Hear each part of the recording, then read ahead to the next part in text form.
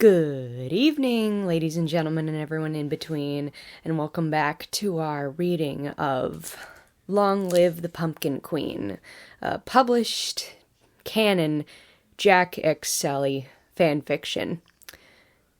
As I said, I can't guarantee this will be a good book to read, but it's fun because it's the spooky season, and so far it's definitely read like a fanfiction. And when I say read like a fanfiction, I mean what people think of when they think of fanfiction.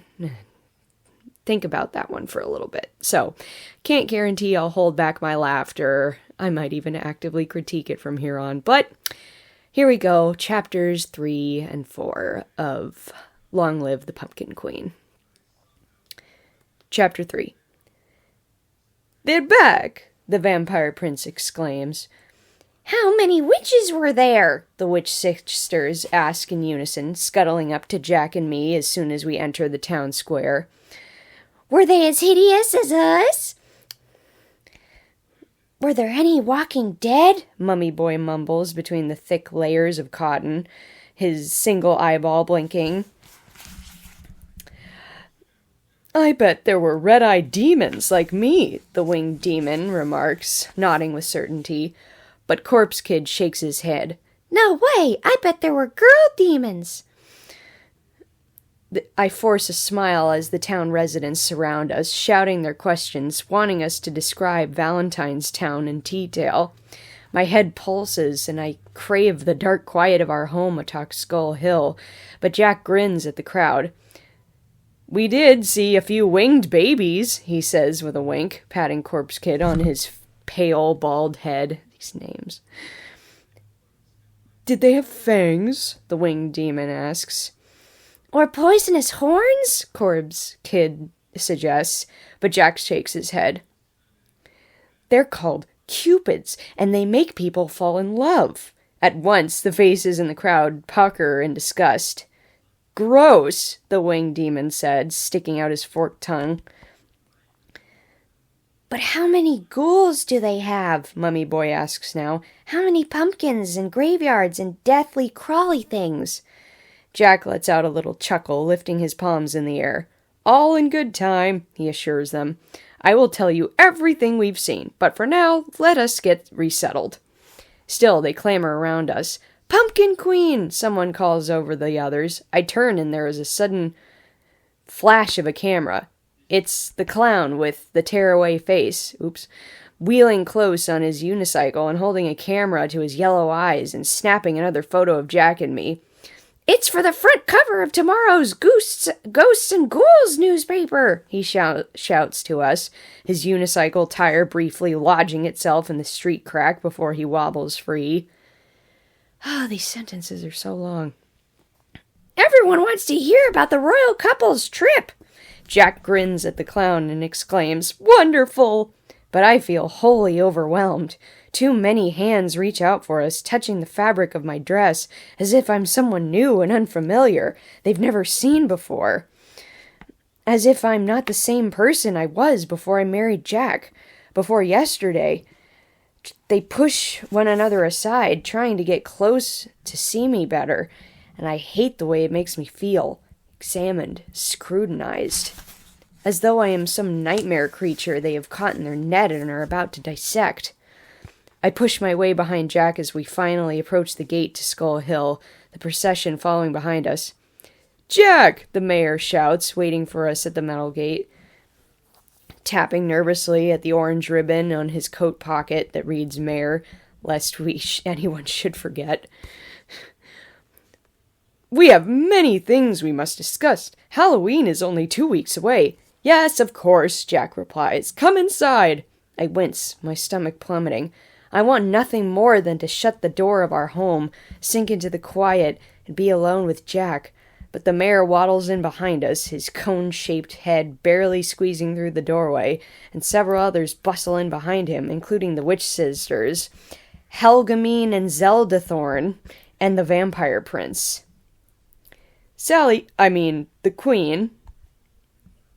Queen, the mayor corrects himself, clearing his throat. "The witch sisters and the vampire prince have many things to show you. There isn't much time." For what? I ask, backing away from the mayor, hoping I can slip through one of the shadowy doorways and escape his frenzied, swivel-eyed gaze. As queen, you will be organizing the All Hallows Eve party in the cemetery this year. It's quite an honor. Plus, there are the new curtain swatches to be decided on. You can't possibly live in this house without redecorating. And your new gown, Helgamine and Zelda Thorn say in unison. I swallow down the scrabbling, thorny ache forming in my throat and feel for the seam on my wrist, picking at the thread, tugging at it, worrying it loose. I don't need a new gown. The mayor's face jerks around quickly, revealing his sharp, pointed teeth and a deep, grisly frown. Nonsense, you're the Pumpkin Queen now. You can't keep wearing that tattered old thing. He nods at my patchwork dress, the one I have restitched so many times that I'm certain none of the fabric patches are the originals, the black as night thread barely keeping it together. Ugh. Maybe it's because I'm dyslexic, but it's hard to keep track of where one sentence ends and another begins. Must anything change at all? I ask, my voice too thin, like air slipping through cracks on a winter night, like I'm unsure of my own words. I don't think the house needs new curtains either. The vampire prince lowers his black umbrella, his shield towards the cruel sunlight when he's outdoors, and folds it into a narrow point before walking over to the front window, touching the old black curtains with his thin fingertips and making a noise, like he's never seen anything quite so horrid in his long, long life. Maybe we could at least wait until tomorrow, I suggest, backing away towards the spiral staircase. Start in the morning. I don't want a new dress, new curtains, or to make plans for a party. I just want to be alone with Jack for a little longer. Pretend we're back in Valentine's Town, drifting lazily down the chocolate river, his eyes settled on mine, making me safe, making me feel at home, with none of the obligations waiting for us here. But the mayor waves a hand at me. No, there's no time to waste. And before I can protest further, he has turned his attention to Jack, who has already started down the hall towards his library, mumbling to himself as he thumbs through the scrolls of diagrams and sketches for the fast-approaching Halloween holiday, already lost in his work. Alone with the witch sisters and the vampire prince, I think I can make my escape, slink away into the kitchen, or even a closet, where I will hide and wait for them all to leave, for hours or days if I must. A queen hiding in her own home. But Helgamine, the taller of the two sisters, grabs my wrist with her sharp fingertips, pinching my fabric tightly, then leads me up the stairwell to the bedroom where Jack and I share. I let out a little squeak, but I don't fight her.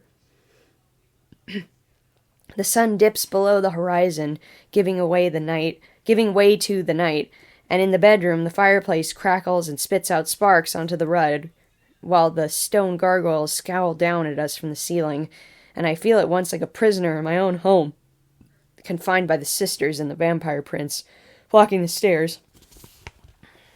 Stand up straight, Zelda Thorn instructs, even though she's a good foot shorter than me, her wavy black hair sticking out from beneath her pointed hat like an overgrown blackberry bush. A queen should certainly have better posture than yours. She jabs me in the ribs with her long index finger, her nail like a metal spike. And better hair, Helgamine chimes in, taking a strand from my straight rose-red hair between her fingers and making a disappointed grunting sound. Helgamine's own ghost white hair is just as unruly as her sister's. My broomstick is silkier than this. They both cackle, buckling over at their shared joke. The witch sisters were surely young and wartless once, but now they are bent at the shoulders, wiry and hollow-eyed, like dusty relics. Their joints crack and pop as they scuttle around me, and their breath is like a bog. Yet they have no problem pointing out my apparent flaws, as if I am a sad lost cause. Before I married Jack, Helgamine and Zelda Thorn never seemed to notice me. I was as unimportant to them as a scarab beetle crushed beneath their shiny black shoes. But now, between grumbles of annoyance and snickering laughter, they drape black chiffon across my torso, then pin it to my patchwork dress, as if I am, well, a rag doll, accustomed to the of needle points. They stand back to admire their work before repinning and fussing and adjusting seams. The vampire prince ignores their wheezing laughs and juts out his long gray chin as he steps forward to place an oversized black feathered hat atop my head. But when I catch my reflection in the slender mirror beside the bedroom closet, I see that it's not a hat at all. It's a crown. The vampire prince tilts it a little to the left, then forward, so it's slumped partly over my eyelashes. We've won! Oh my god. We want you to feel perfectly queenly, he says, blinking his milk-white eyes at me. I grimace at the word. Always the same word. Queen. As I push the crown higher onto my head, away from my eyes. But I feel like I'm an imposter. I look like one, too. Zeldaborn and Helgamine cease their laughter and appraise the crown. If you don't like the crow feathers, Zeldaborn says, giving me a curious look. I saw a raven in the street this morning, newly dead. It would look lovely with your pale complexion. I scratch at the side of the crown where my hair is tugging against the feathers. Must I wear a crown at all? The vampire prince gasps and clutches a hand to his mouth, as if I had personally offended him. Jack doesn't wear a crown, I point out. Helgamine and Zeldathorn exchange quick looks, their laughter gone, their raised warts gleaming in the moonlight through the window. The vampire prince paces in front of me, arms crossed, his sharp black hairline drawing down. Crowns are all the fashion for queens these days. How would you know what the latest fashions are? I ask, a rotting discomfort growing inside me, an itch at the base of my neck, like the walls are shrinking, tipping closer, and soon they will crush me into a heap of chiffon and crow wings.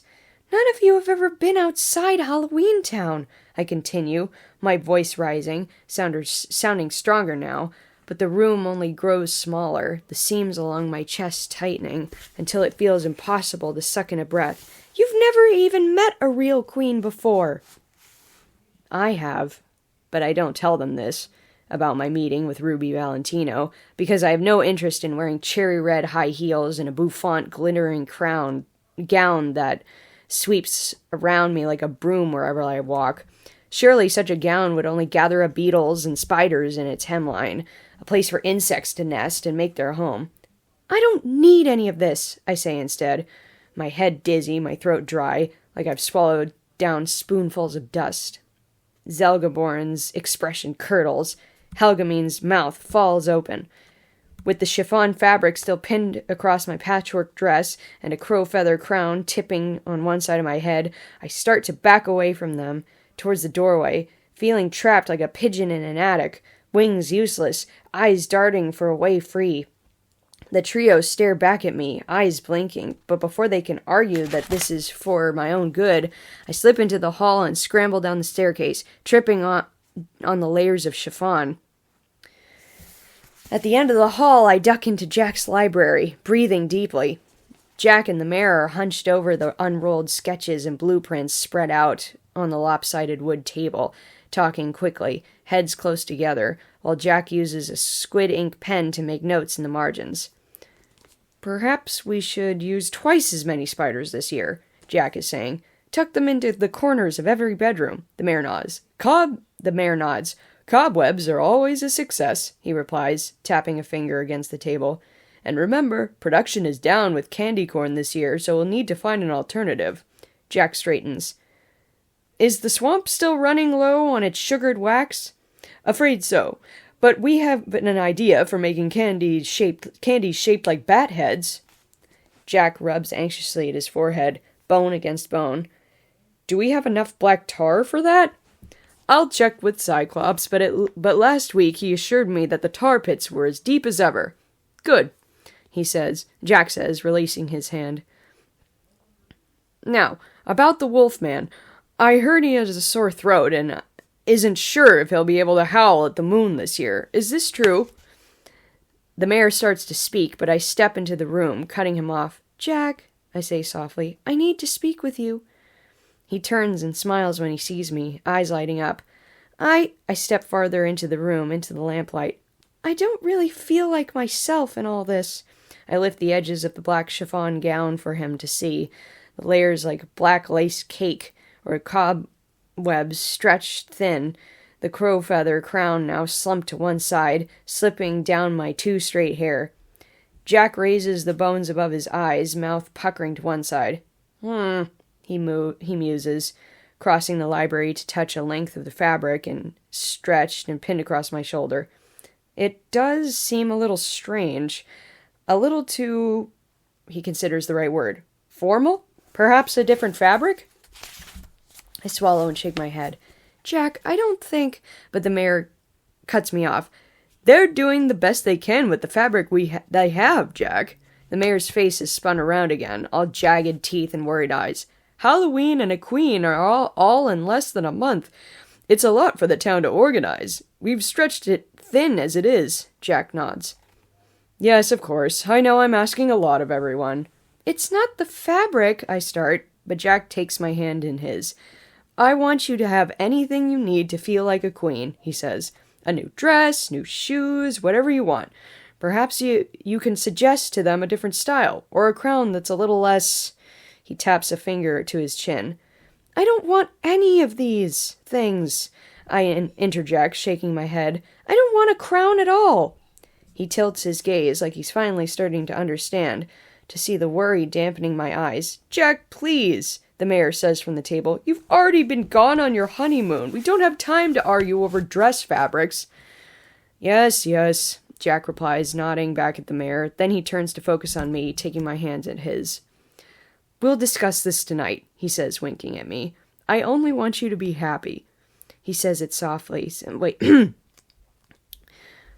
I only want you to be happy, he says it softly, so that only I can hear, then kisses my palm, soft and sweet. But all too quickly, he turns back to the mayor, resuming their conversation about how many pumpkins should be carved and how many beetle wax candles to place in each. I tuck my mouth to one side, the unease still writhing inside me, and I slip out into the hall, where the witch sisters and the vampire prince are coming down the stairs. Pumpkin Queen!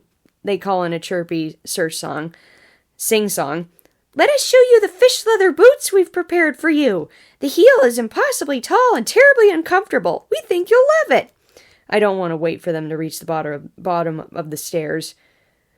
I don't bother protesting. Instead, I dash past them and yank open the front door, ducking out into the dim evening light.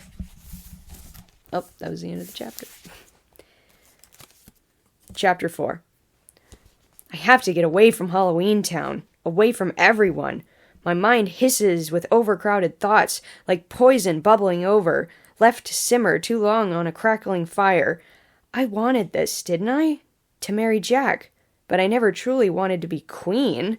I was happy to remain a rag doll, imperfect, broken in places, hair straight as a board and dry as a bone, a girl unchanged. But that's not true either. I was never content with my life before Jack, never satisfied to remain trapped inside Dr. Finkelstein's lab, never liked the idea of being built, molded, sewn together by a mad scientist in a cold, damp lab on a dark, rain-drenched night. I wanted something else, something more than the life I was given. But now I'm queen, and it feels like there are pieces missing between my two lives, seams not properly folded together, jagged and knotted, parts of myself I don't quite understand. Night lies heavy over Halloween Town, and I make my way quickly along the outer edge of town, through long sinister shadows, until I reach the cemetery. Zero appears in the doorway of his small tombstone doghouse, eyes black as night, ears raised. He zips after me, nose glowing golden orange in the dark, and together we cross over the narrow stone bridge, leaving Halloween Town behind, and passed into the starless gloom of the forest. I need the quiet of the woods, the cool night air to fold itself over me and make me feel safe, sheltered, invisible. Only a rag doll, nothing more. Dr. Finkelstein used to call me a foolish dreamer. He said I spent too much time in the garden or peering up at the night stars. A girl who lives inside her own head. I knew that my life would change when I married Jack, that it wouldn't be as simple elf princess and her frog prince kind of fairy tale, but I hadn't imagined this, that I would finally be free of Dr. Finkelstein but still not feel like myself, a girl whose life had always been decided for her and would discover the same dark prison walls once she became queen. And I wonder, do other queens and princesses and duchesses feel as I do? In other realms, other times? Have they peered into their reflections in ponds and warm bathwater and magic mirrors and wonder who they've become? How they lost the girl they once were? Certain they were more than a puppet, strings yanked this way and that, pulling them apart? Does Ruby Valentino catch sight of herself in a shop window from time to time and not recognize the woman staring back? "You think I'm still the same girl, don't you, Zero?" I ask as we make our way deeper into the woods, under the cover of starlight and swaying bare branches. Zero's nose glows brighter, and I run a hand over his pale ghost body. He is both solid and made of cool winter air, and sometimes I swear I can feel his ears beneath my palm. Well, other times, my fingers pass right through. He is both here and not here, alive and dead, and right now he feels like my only friend, the only one who thinks I'm unchanged, made of the same linen and blue thread. Everyone else in Halloween Town seems to think I'm someone entirely new, a girl with a royal title whose hair should be like the silken threads of a spider's web, with a coffin-straight posture and a crown of feathers atop her head. But I am not these things. The leafless branches of the forest cast long vertebrae shadows along the ground, and I tear away the black chiffon fabric pinned over my patchwork dress, leaving it in a heap behind me. I rip off the crown and toss it into a thorn bush, where it snags on a branch, hanging there like tinsel on a tree. With Zero zipping along behind me, I break into a run, wanting to feel the cold night wind against my patchwork seams, needing to feel the distance between myself and the town. The night is speckled with needle pricks of starlight, and even though the moon is hidden beyond a layer of clouds, I know the path ahead through the trees. I follow it down a low gully, then up the other side, where the branches hang and stoop like old cobwebs after it rains. The air turns cool, and at last I arrive at the grove of 7 trees, the place where Jack and I stepped through the heart-carved tree into Valentine's Town, as if my legs had been led here without real purpose. Zero hovers nervously beside me, not looking back down the path where we came. He doesn't like it here, in the dark of the trees, so far from town. But I walk into the center of the grove, running my palm along the trunk of each tree, feeling their carved bark made smooth by each symbol, a green 4-leaf clover, an egg decorated with hues of pink and blue. I stop at the rose-red heart, the entrance to Valentine's Town. I could open the doorway and slip back into its realm. I could escape for a day or two, pretend I am someone else. Maybe I could even find Ruby Valentino, tell her that I'm not sure I want to be a queen, that I don't even know how, and she will offer up some advice to calm this ache in my chest, this nagging, prodding sense that perhaps I am living the wrong life. Maybe I don't belong here either, in either place, in either life, a girl in Dr. Finkelstein's lab or a queen. I touch the shiny golden doorknob, already smelling the sugary sweetness, the hint of caramel and rose petals, when Zero lets out a quick, high-pitched bark. I drop my hand, turning, but he's nowhere in sight. The wind sails among the branches, and he barks again, somewhere beyond the grove of trees, deeper into the woods. I follow the sound.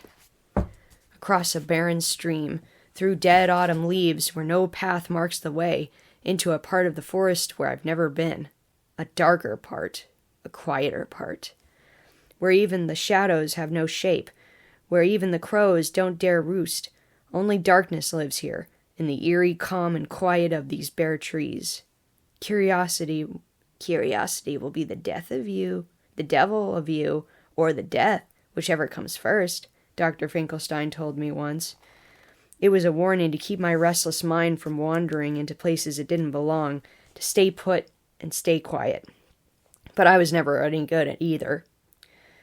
Zero barks again, an excited yip, like he's found a freshly rotted bone, and I step around a thicket of thorny vines. But when I spot him, it's not a bone or a carcass he's standing over. He's facing a clod of brambles and briars, nothing that seems like anything, nothing out of place. "Come on, Zero," I call, patting my leg. But he begins tugging at the interwoven vines, biting at the long-dead brambles and yanking them back. I step closer, squinting through the dark, wishing I'd brought a candle. And then, at last, through the strange, formless shadows, I see it. A tree. But it's not just any spiny tree. Something is carved into its trunk, a smooth, purposeful etching, just like the 7 trees in the grove. Ugh. I begin yanking away the last of the briars, thorns snagging at my linen flesh, my bare legs, pulling at my seams, but I keep going. I need to see. I need to know for sure. And when enough of the choking vines have been torn away, I blink. Refocus. To be sure it's real. A blue crescent moon has been carved into the rough, worn surface of the bark. It's a tree like the others. A doorway. An entrance into another town. The doorknob is dotted with vines. It hasn't been used for many years, and I have to tug away the dead coils, breaking them and tossing them aside. The sound of snapping wood echoes through the forest while Zero hovers beside me, his ears raised, anxious to see what we've uncovered. Once the edges of the door have been exposed, brambles and green scattered at my feet, I take a deep breath and reach for the doorknob, pulling the door slowly open. In an instant, the wind catches the oval-shaped door, a sudden gust, as if by magic or malediction, and flings it aside. I stagger back, grabbing one of the vines to keep my balance before pitching headlong into a thorny tiger's eye bush. Blinking, I sweep the hair back from my face and peer into the dark cavern of the doorway. Zero zips close, whimpering, sniffing this strange, unknown tree. The doorway smells of lavender, a freshly brewed chamomile tea, and my doll eyes flutter, suddenly heavy, like silver coins placed on the eyelids of the dead. I feel the soft, dreamy chug of a gentle wind, easy and quiet, like bedding down in a knoll of moss, or sinking into a cellar without sound. How easily I could tip forward and tumble headfirst into the doorway, into the hollowed-out tree. I blink. I run my fingertips along the edge of the doorway, feeling the roughness of the bark, the dark interior beckoning me. I swallow, starting to ease my way inside, one leg stepping through, head craned into the hollow, endless darkness, when Zero tugs against my arm. I feel him pulling against me, the low growl from his throat, but my mind is lost to the quiet of the doorway, the hum of wind in my ears. What is this place, I wonder? What waits on the other side? Zero bites harder, yanking against my fabric flesh, and I begin to hear the breaking of threads at the seam across my shoulder, as the seam across my shoulder starts pulling apart. "Zero," I say softly, my voice slipping from my throat, lost to the dark cavern of the doorway, noiseless and numb, like an echo singing against my skin. But then I feel the sudden pop, pop, pop, as the row of threads along my shoulder break apart, giving way, and my arm snaps free of my body. I jolt backwards, landing against the hard, cold ground with a thud. For a moment, the sky is a kaleidoscope of stars, sparks in my eyes, the air gone from my chest. But when I blink, tilting my gaze, I see my loose arm hanging above me, still in Zero's mouth. He eyes me strangely, impishly, letting out a soft whimpering sound. I gather the handful of dead leaves that have spilled from my open shoulder onto the ground. The curse of being a rag doll. You can lose your insides easily. But the cold of the forest tickles up my spine, and a wind from somewhere deeper in the trees, and I feel a sudden dread, a prick of terror. I shouldn't be here, in this dark, unknown part of the forest. An open, half-hidden doorway in front of me. Zero barks, his voice muffled by my arm still clamped in his mouth. I reach out for him to retrieve my arm, but he just flits out of reach. "Zero, what are you doing?" I stand up awkwardly, then move towards him. but he drifts further up the path, as if this is a game, and now I'll have to catch him. "Zero!" I call, but he's moving faster now, zipping up the path, darting through the trees. We reach the hinterlands, but Zero keeps going, zigzagging through the bony elms to the edge of the forest. Dried leaves flutter out of my shoulder, leaving a trail behind me as I run. We cross the narrow bridge through the gate into Halloween Town, and it's not until we reach the cemetery when Zero finally drops my arm onto the cold ground. His tongue wags out of his mouth, and he makes an excited little yip, but I shake my head at him. "Bad dog," I say softly, not truly meaning it, then slump down beneath Spiral Hill, where Jack and I were married only a day ago. I pull out the blue spool of thread and the sharp needle I always keep in the left pocket of my dress, because old scenes have a way of popping. Thread unspooling, and you never know when you'll need it, and begin stitching my arm back into place. It takes longer than usual. Some of the linen has begun to fray along the seam, and I need to gather a few spare dead leaves from the graveyard to fill my shoulder socket all the way. It's a ghastly thing to lose an arm, or any part of yourself, really, to feel disconnected from your body. Not quite whole, and I've always wished Dr. Finkelstein had stuffed my insides with something other than dried, shriveled leaves, tossed aside by trees. Cotton, perhaps, or rose petals, something silken and ladylike. Once I've settled the string into a knot and broken the end with my teeth, I sink back against the curve of Spiral Hill and the moon. Spiral Hill, the moon full in the sky, the hour well after midnight, and I know I need to go find Jack. I will tell him about the other tree and the secret doorway beyond the hinterland grove, and I will tell him something else, that I cannot be the queen the mayor and the witch sisters and the vampire prince want me to be. I know that what they expect of me, a proper wife, a proper pumpkin queen, but none of it feels like me. I will tell Jack about the gnawing ache beneath my fabric ribs, and he will see in my eyes that I need things to stay the same. He will kiss my cheek, my hand, and then tell me he will set things right. He'll weave his fingers through mine and promise that nothing will have to change. Ever. I let my eyes slip closed, feeling the cold night air against my overheated skin. I let myself imagine that Jack and I are back in the little little cottage beside the chocolate river, just the two of us. No witch sisters, no All Hallows Eve party to plan, only the silence of his breath in my ear. Only the quiet, quiet, quiet, and nothing else. Nothing at all. That'll do for tonight. 2 chapters a day. Hope you enjoyed it. Hearing fan fiction being read to you is probably carries some amount of entertainment, and I hope you guys have a great evening. Thank you for joining. Ciao, Bellas.